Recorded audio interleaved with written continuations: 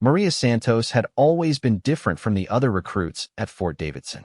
While her fellow soldiers spent their free time playing cards or watching movies, she could be found at the shooting range, methodically adjusting her scope and perfecting her breathing technique. The daughter of a Mexican immigrant family from Texas, Maria had joined the military not for glory or adventure, but out of necessity. Her father's construction business had failed during the economic downturn, and the family needed the steady income and benefits that military service could provide. From the moment she arrived at basic training, Maria faced skepticism from her male counterparts. At 5 feet 4 inches tall and weighing barely 120 pounds, she looked more like a college student than a future soldier. Her drill sergeant, Staff Sergeant Morrison, had initially assigned her to communications, assuming she lacked the physical strength for combat roles. But Maria had other plans. During the initial marksmanship training, something remarkable happened. While other recruits struggled to hit targets at 200 meters, Maria was consistently placing shots in tight groupings at 400 meters. Her natural ability with a rifle was undeniable, but rather than earning respect, it seemed to fuel more resentment from her peers. "Lucky shots," muttered Private Johnson, a burly former football player from Alabama who had expected to be the star of their training unit. "Anyone can get lucky a few times." The comments stung, but Maria remained focused on her goal. She knew that in the military, performance spoke louder than prejudice, and she was determined to prove herself through excellence rather than confrontation. Every morning before reveille, she would sneak out to the range and practice with the few rounds she could spare from her allotment. Her dedication caught the attention of Gunnery Sergeant Patricia Williams, a decorated veteran who had served 3 tours in Afghanistan. Williams had broken barriers herself as one of the first women to qualify as a Marine Corps sniper, and she recognized something special in the quiet young woman from Texas. "Santos," Williams called out one morning after watching Maria put 10 consecutive shots through a target at 500 meters. "Have you ever considered specialized training?" Maria's heart raced. She knew that Williams was referring to sniper school, an elite program that fewer than 10% of applicants successfully completed. The training was notoriously difficult, both physically and mentally, and very few women had ever been accepted into the program. "I've thought about it, Gunny," Maria replied carefully. "But I wasn't sure I'd be considered." Williams studied her for a long moment. "Skill is skill, Santos. Gender doesn't make a bullet fly straighter or help you read wind patterns better. If you're serious about this, I can put in a recommendation. But understand that the training will be harder than anything you've experienced. Many strong men have washed out of that program." The opportunity was everything Maria had hoped for, but she knew it would come with increased scrutiny and pressure. The few women who had attempted sniper training before had faced intense criticism from both fellow soldiers and the media. Some had succeeded brilliantly, others had fallen short under the enormous pressure. Over the following weeks, Maria threw herself into preparation. She studied ballistics manuals during her free time, practiced shooting in various weather conditions, and worked on building the physical endurance that would be required for the long periods of motionless observation that snipers must endure. Her fellow recruits' attitudes toward her became increasingly hostile as word spread about her potential selection for specialized training. The teasing turned into outright harassment, with some soldiers questioning whether she was receiving special treatment because of her gender. "This is exactly what's wrong with the military now," Johnson complained loudly in the mess hall one evening, making sure Maria could hear. "Standards get lowered so they can check diversity boxes. Real soldiers suffer because of political correctness." Maria felt her face flush with anger, but she forced herself to remain calm. She had learned early in life that responding to such comments often made situations worse. Instead, she focused on her food and tried to block out the conversation. But Specialist Karen Rodriguez, a communications expert from California who had become Maria's closest friend during training, wasn't willing to let it slide. "You know what, Johnson?" Rodriguez said, standing up from her table. "Maybe instead of complaining about imaginary lowered standards, you should work on improving your own performance. Last time I checked, Santos outshot you on every qualification test we've taken." The mess hall grew quiet as other soldiers turned to watch the confrontation. Johnson's face reddened, and he stood up, towering over Rodriguez. "This isn't your fight, Rodriguez," he said menacingly. Actually, it is, came a voice from across the room. Gunnery Sergeant Williams had entered the mess hall and observed the entire exchange. Because when you question the qualifications of one of my soldiers based on anything other than their performance, you're questioning my judgment. And I don't appreciate that. The authority in Williams' voice was unmistakable. Johnson immediately came to attention, as did every other soldier in the room. Santos has earned her recommendation through superior marksmanship and dedication, Williams continued. Anyone who has a problem with that can take it up with me directly. Otherwise, I suggest you focus on your own training and leave the evaluation of talent to those who are qualified to make such assessments. The incident marked a turning point in Maria's training experience. While some soldiers continued to harbor resentment, the open hostility diminished significantly. More importantly, Maria realized that she had allies who believed in her abilities and were willing to stand up for her. 3 weeks later, Maria received official notification that she had been accepted into the Army's elite sniper training program. The letter came with a warning that the 8-week course had a 70% failure rate and that she would be held to the same standards as every other candidate. The night before her departure for sniper school, Maria called her parents from a payphone outside the barracks. Her mother cried when she heard the news, partly from pride and partly from fear about what lay ahead for her daughter. "Mija, are you sure this is what you want?" her mother asked in Spanish. "This sounds very dangerous." "I'm sure, Mama," Maria replied. "This is my chance to prove that I belong here, that I can serve my country just as well as anyone else." Her father took the phone, his voice thick with emotion. "Your grandfather fought in Korea, and he always said that courage isn't about being fearless. It's about being afraid and doing what's right anyway. You have that courage, Maria. We're proud of you no matter what happens." As Maria packed her gear that night, she reflected on the journey that had brought her to this point. The skepticism and harassment had been difficult to endure, but they had also strengthened her resolve. She understood that succeeding in sniper school would not only fulfill her personal ambitions, but also open doors for other women who might follow in her footsteps.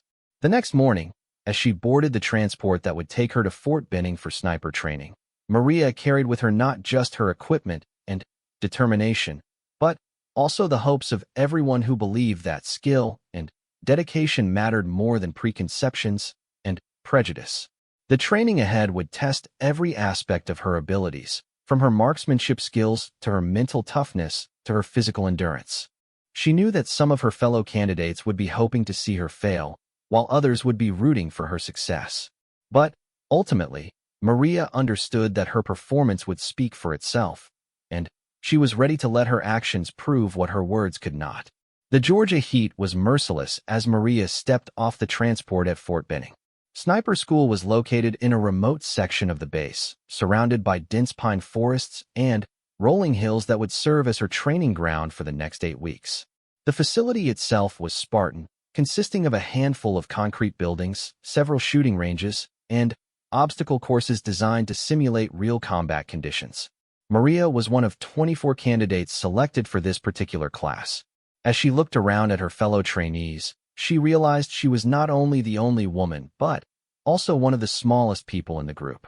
The other candidates were an intimidating collection of Special Forces veterans, Marines, and Army Rangers, most of whom had already seen combat overseas.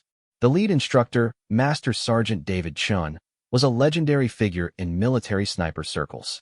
He had served multiple tours in Iraq and Afghanistan and was credited with over 40 confirmed kills. His reputation for being demanding was matched only by his reputation for producing exceptional snipers. "Welcome to hell," Chen announced as the candidates assembled for their first briefing.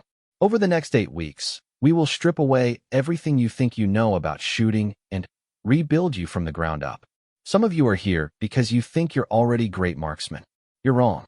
Some of you are here because you want the prestige of being called a sniper. You'll quit within the first week."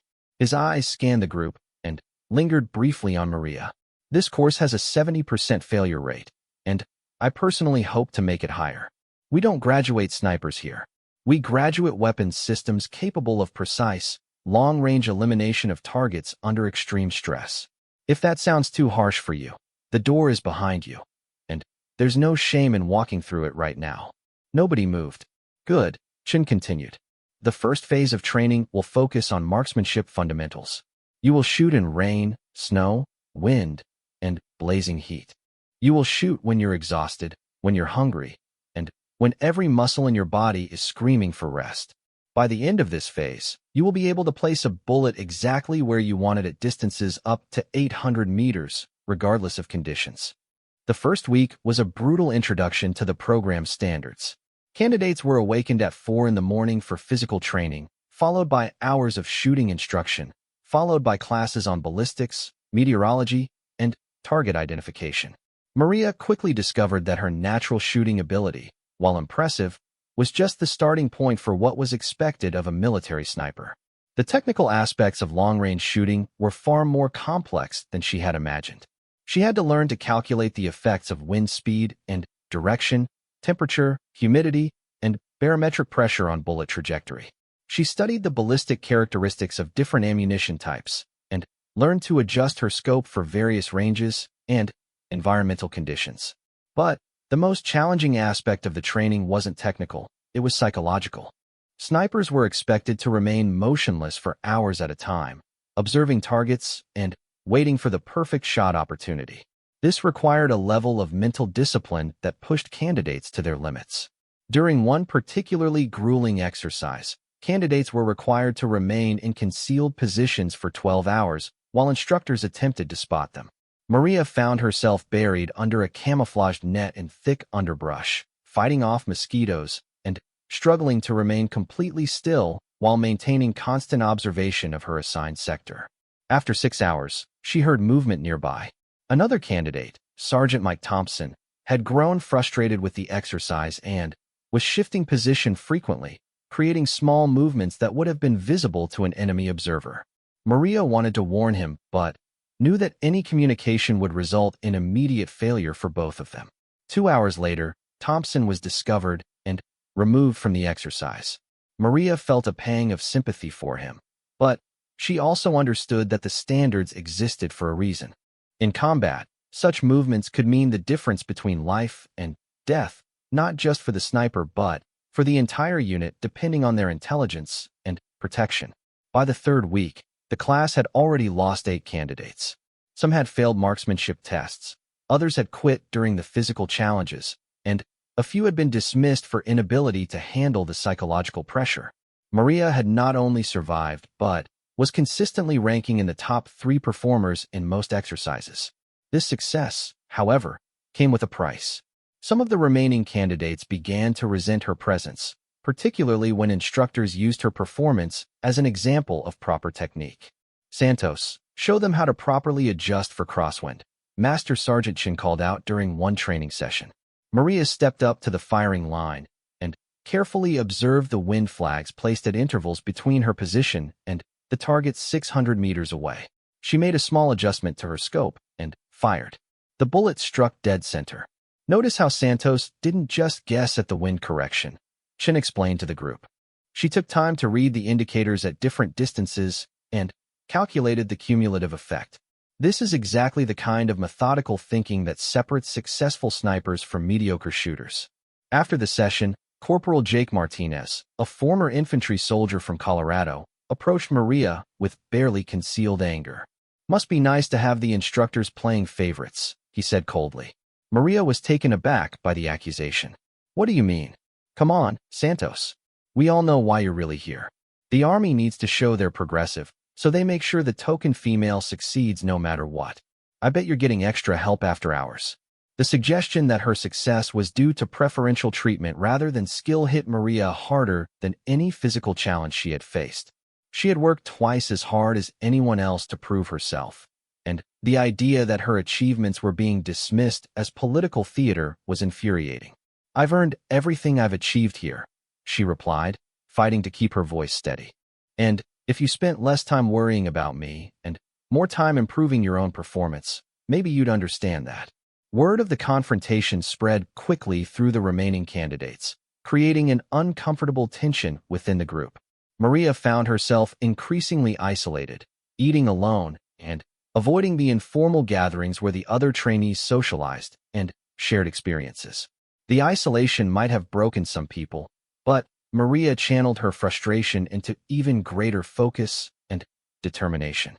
She arrived at the range earlier than anyone else and stayed later, studying shooting positions and practicing her breathing techniques. She memorized ballistic charts and weather pattern data, turning herself into a walking encyclopedia of sniper knowledge.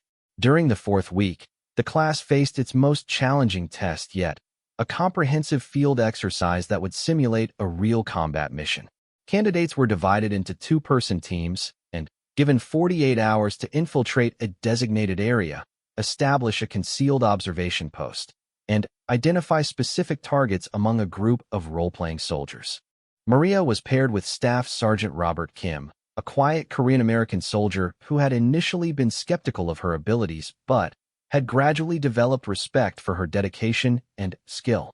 Their mission was to infiltrate a mock village and identify 3 specific high-value targets, while remaining undetected by the opposing force.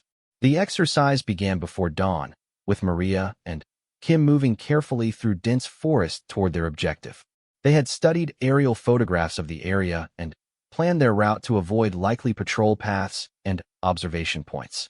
The weight of their gear, including ghillie suits, ammunition, and surveillance equipment, made movement slow and exhausting. After 4 hours of careful movement, they reached a hilltop overlooking the village. Kim began setting up their observation post while Maria studied the area through her scope, looking for the best position to engage targets if necessary. "This spot gives us good fields of fire," Kim whispered, "but we're exposed from the east. If they send a patrol up that ridge, we'll be sitting ducks." Maria nodded, continuing to scan the village below.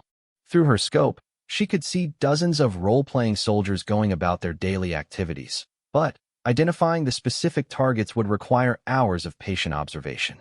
As the day progressed, the heat became intense, and both snipers were forced to remain motionless under their camouflaged coverings. Maria felt sweat soaking through her uniform, and insects crawled across her face, but she maintained her focus on the village below. By late afternoon, she had identified 2 of the 3 targets, but the third remained elusive. Kim was growing restless, suggesting they might need to move to a different position.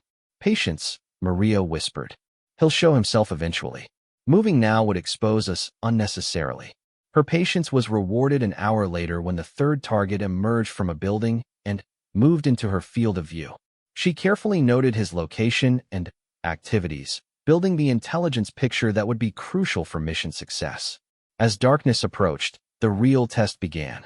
Opposition forces, aware that sniper teams were operating in the area, began systematic sweeps of likely positions.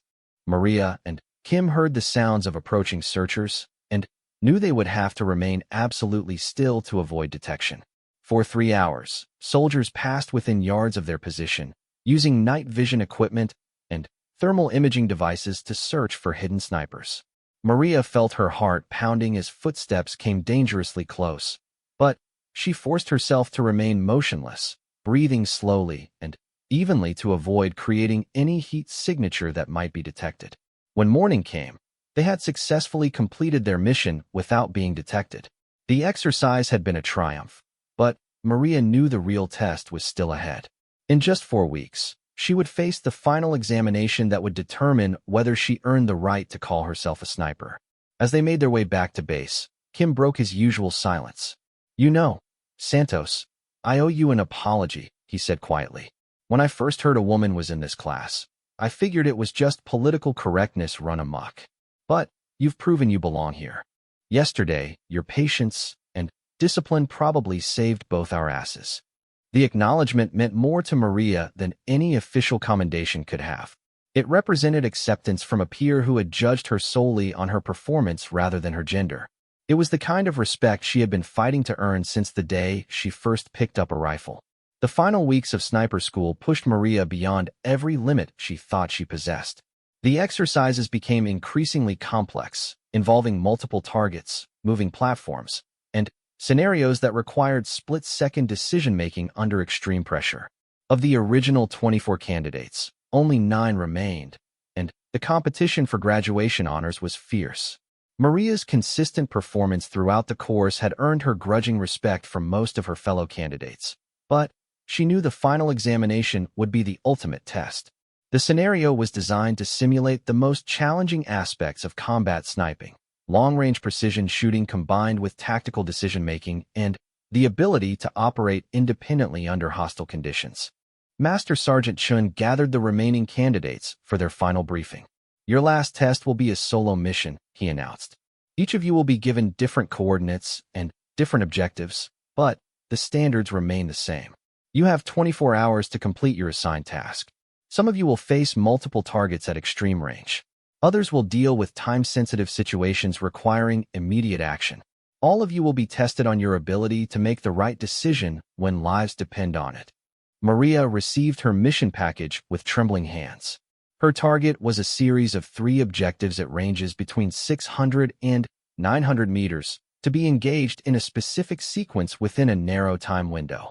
The scenario involved simulated hostages held by enemy forces, requiring her to eliminate guards without alerting others who might harm the captives. She had 18 hours to study the terrain, plan her approach, and position herself for the engagement. The pressure was enormous, not just because this test would determine her graduation, but because she knew that everyone would be watching to see if the first woman to make it this far in the program could handle the ultimate challenge. That evening, Maria spent hours studying topographical maps and aerial photographs of her assigned area. She identified 3 potential shooting positions and planned multiple routes of approach and withdrawal. Every detail had to be perfect. The margin for error in a hostage scenario was essentially 0. She barely slept that night, running through the mission repeatedly in her mind. By dawn, she was already moving toward her objective, carrying everything she would need for the next 24 hours: rifle, ammunition, camouflage gear, food, water, and communication equipment. The infiltration took 6 hours of careful movement through dense forest and open ground. Maria used every technique she had learned about concealment and fieldcraft, knowing that instructors were positioned throughout the area to observe and evaluate her approach. By mid-afternoon, she had reached her primary shooting position on a ridge overlooking the target area.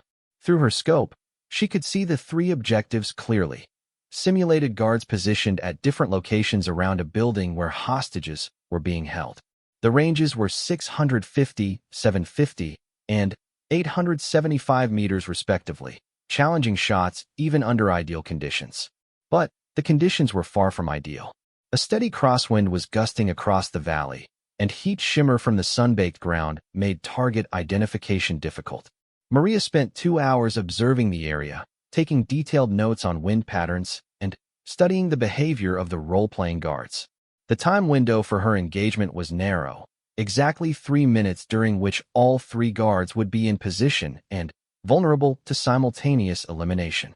Miss that window, and the mission would be a failure. As the appointed time approached, Maria felt her heart rate increase despite her training. She controlled her breathing, running through her mental checklist one final time.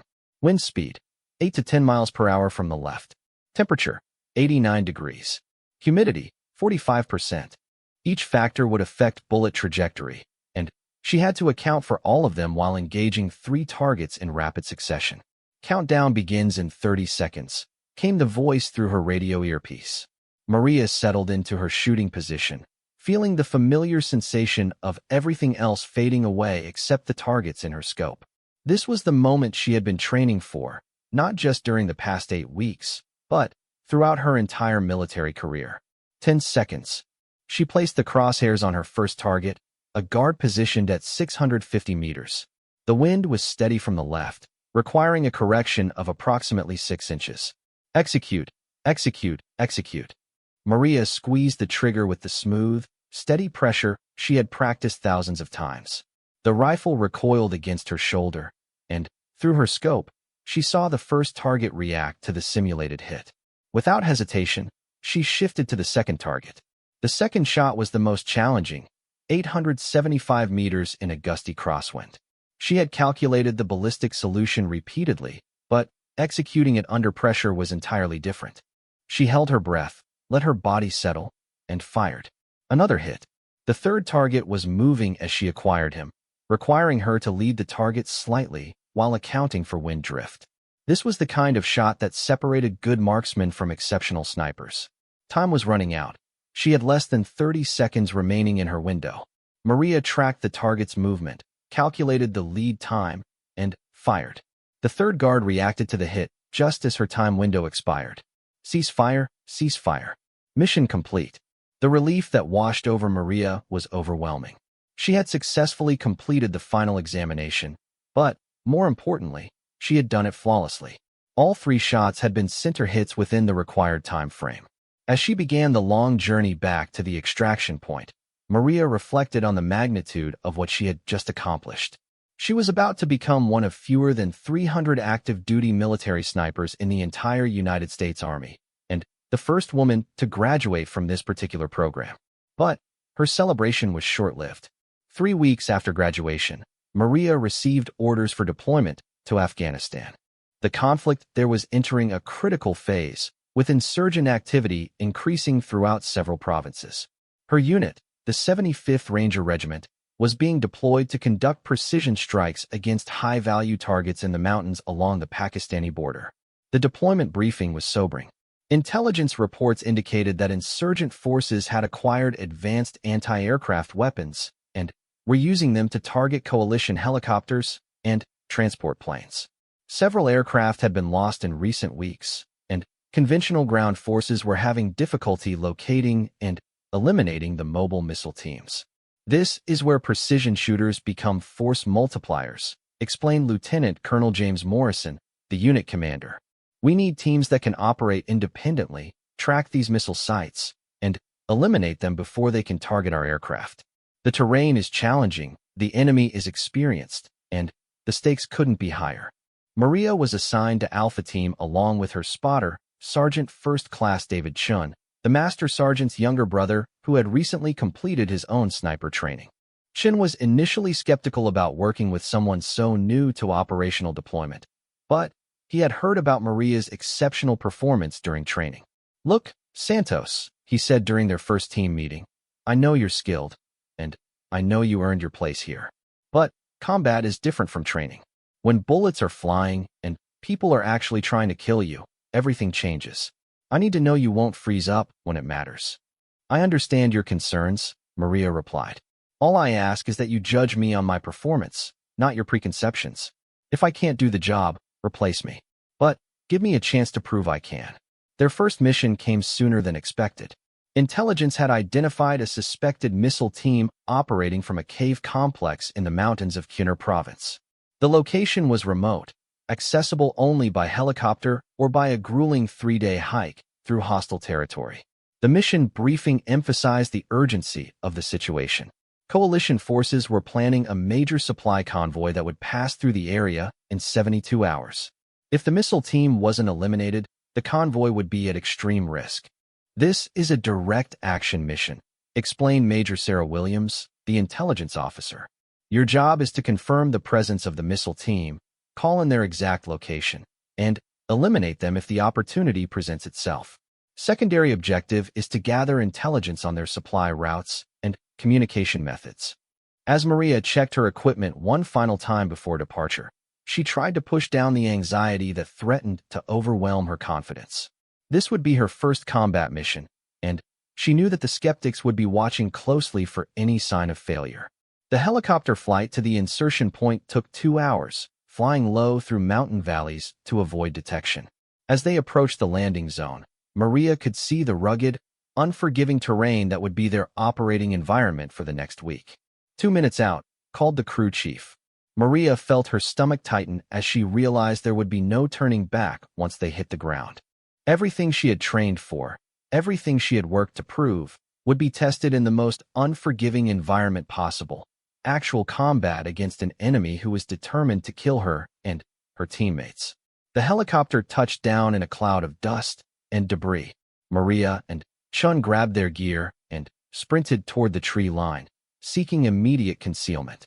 Within seconds, the aircraft was lifting off again, leaving them alone in enemy territory with nothing but their skills, their weapons, and their determination to complete the mission. As the sound of the helicopter faded into the distance, Maria took a deep breath and shouldered her rifle. The real test was about to begin. The Afghan mountains were more brutal than Maria had imagined. After 3 days of careful movement through rocky terrain and sparse vegetation, she and Chun had finally reached the observation point overlooking the suspected missile site. The cave complex was positioned on a steep mountainside, offering excellent concealment and multiple escape routes, exactly the kind of location that experienced insurgents would choose for their operations. Through her spotting scope, Maria could see signs of recent activity around the caves. Fresh tire tracks led up a narrow mountain path, and there were several positions that appeared to be guard posts. But confirming the presence of the missile team would require patient observation and careful analysis of the patterns of movement in the area. "I count at least 6 individuals," Chen whispered, peering through his own scope. 2 guards visible at the main entrance, others moving in and out of the cave system. "But I haven't seen any weapons yet." Maria adjusted her position slightly, trying to get a better angle on the cave entrances. The mission required positive identification of anti-aircraft weapons before they could call in an airstrike or attempt to engage the targets themselves. False intelligence could result in civilian casualties or missed opportunities to eliminate real threats. As the hours passed, the team established a detailed pattern of life for the site. Guards rotated every 4 hours. Supply runs occurred twice daily, usually in early morning and late evening. Most importantly, they identified what appeared to be a command structure, with one individual who seemed to be directing the activities of the others. On the second day of observation, their patience was rewarded. As the morning supply run arrived, Maria watched through her scope as several men began unloading equipment from a small truck. Among the items being carried into the caves, she clearly identified the distinctive shape of a surface-to-air missile launcher. "Confirm positive ID on SAM equipment," she whispered into her radio, transmitting the coordinates back to headquarters. Multiple missile components being moved into the cave system. The response came back within minutes. "Roger that, Alpha Team. Stand by for further instructions. Major supply convoy passing through your sector in 18 hours. Target must be eliminated before then." The pressure was enormous. The convoy contained critical supplies for forward operating bases throughout the region, and its loss would have significant strategic implications. But the cave system was heavily defended, and a conventional assault would be extremely difficult given the terrain and the defenders' advantages. "Command, this is Alpha Team," Chen transmitted. "Recommend immediate airstrike on target location. Multiple enemy personnel confirmed, defensive positions well established." The reply came back quickly. "Negative, Alpha Team. Weather is deteriorating rapidly. Air assets unavailable for at least 12 hours. You are authorized for direct action if opportunity presents itself." Maria felt her heart rate increase as she realized what the message meant. If the weather prevented air support, she and Chun might be the only thing standing between the missile team and the vulnerable convoy. The weight of responsibility was crushing, but she forced herself to focus on the immediate tactical situation. "We need to identify the key personnel," she said to Chun. "Take out the leadership, and the rest might scatter without executing an attack." For the next several hours, they continued their observation, building detailed intelligence on the organization and leadership structure of the missile team. Maria identified what appeared to be the senior commander, an older man who directed the positioning of equipment and seemed to be in charge of the overall operation. As afternoon turned to evening, the situation became more urgent.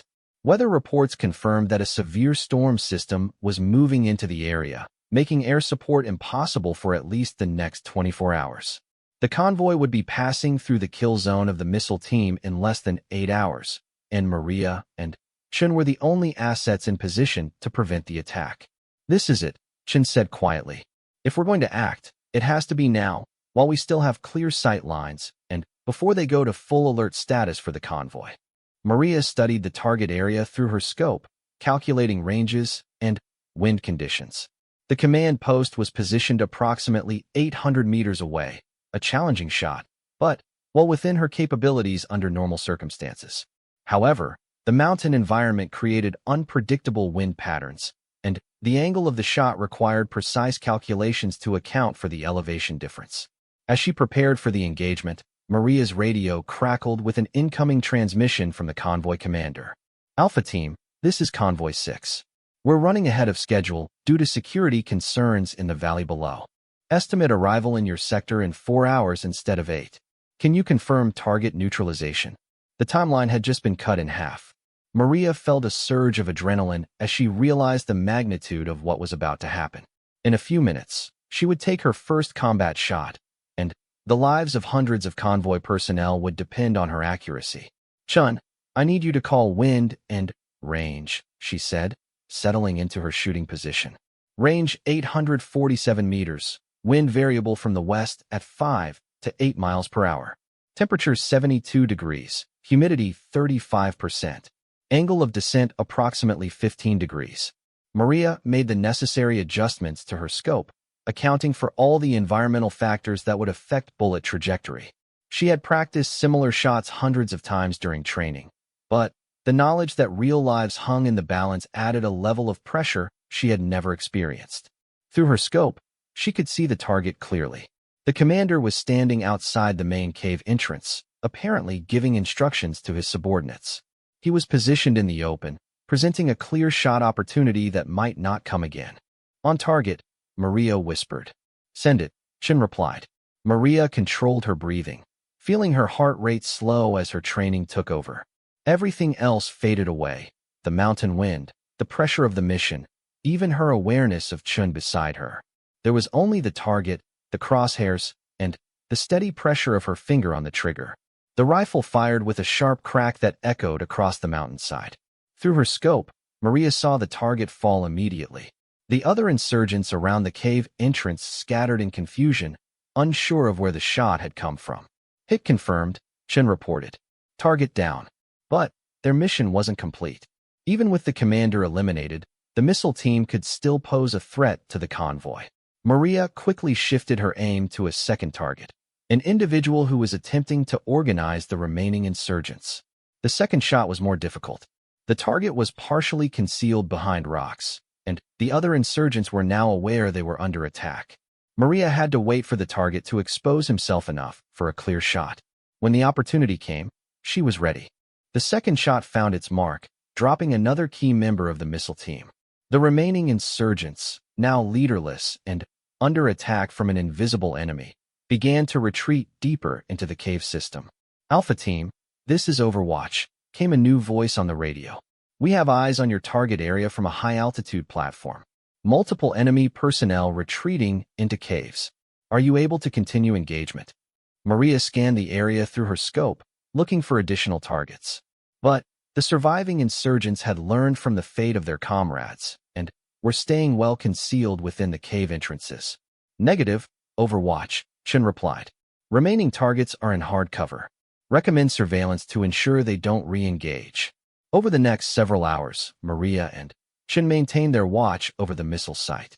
The surviving insurgents eventually emerged from the caves, but instead of attempting to set up their equipment, they loaded their remaining gear into vehicles and withdrew from the area entirely.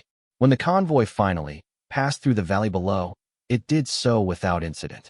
The missile threat had been eliminated, and hundreds of coalition personnel completed their journey safely. As Maria and Chun prepared for extraction the following morning, the full impact of what had happened began to sink in. Her 2 shots had not only eliminated an immediate threat, but had likely saved dozens of lives and prevented a significant tactical setback for coalition forces.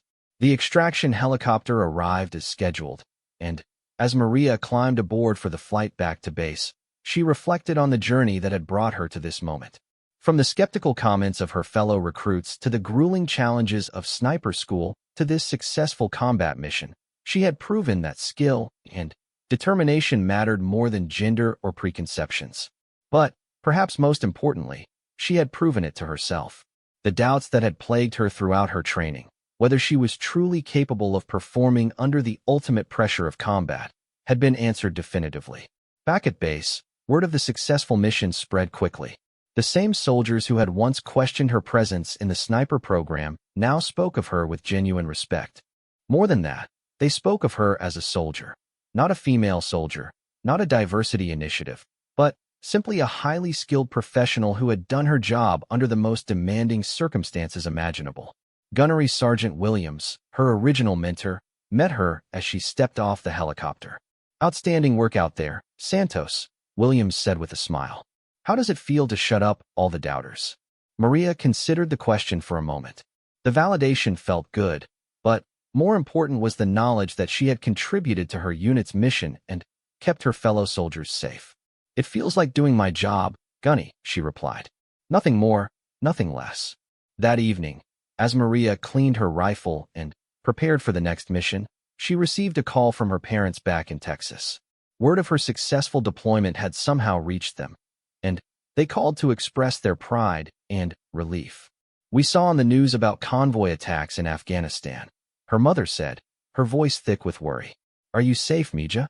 "I'm safe, Mama," Maria replied. "And I'm right where I'm supposed to be." As she hung up the phone, Maria realized that her journey was far from over. There would be more missions, more challenges, and undoubtedly more skeptics to face. But she also knew that she had crossed a threshold that could never be uncrossed. She was no longer the recruit who had to prove herself worthy of consideration. She was a proven combat veteran whose skills spoke for themselves. The radar screen in the Tactical Operations Center had flashed its confirmation. Aircraft threat eliminated. Ground fire effective. But for Maria Santos, the real confirmation had come from within. The quiet confidence that she belonged among the elite ranks of military snipers, not because of what she represented, but because of what she could accomplish. The shot that had silenced her doubters had also silenced her own inner voice of uncertainty. From that moment forward, she would carry herself with the knowledge that when lives depended on precision and courage, she had delivered both without hesitation. In the months that followed, Maria continued to serve with distinction, mentoring other soldiers and proving that excellence knows no gender. Her story became an inspiration to countless others who faced similar challenges and doubts. But for Maria herself, the greatest victory was simply the knowledge that she had found her calling and had the courage to pursue it despite every obstacle placed in her path. The mountains of Afghanistan had tested her in ways that no training exercise ever could.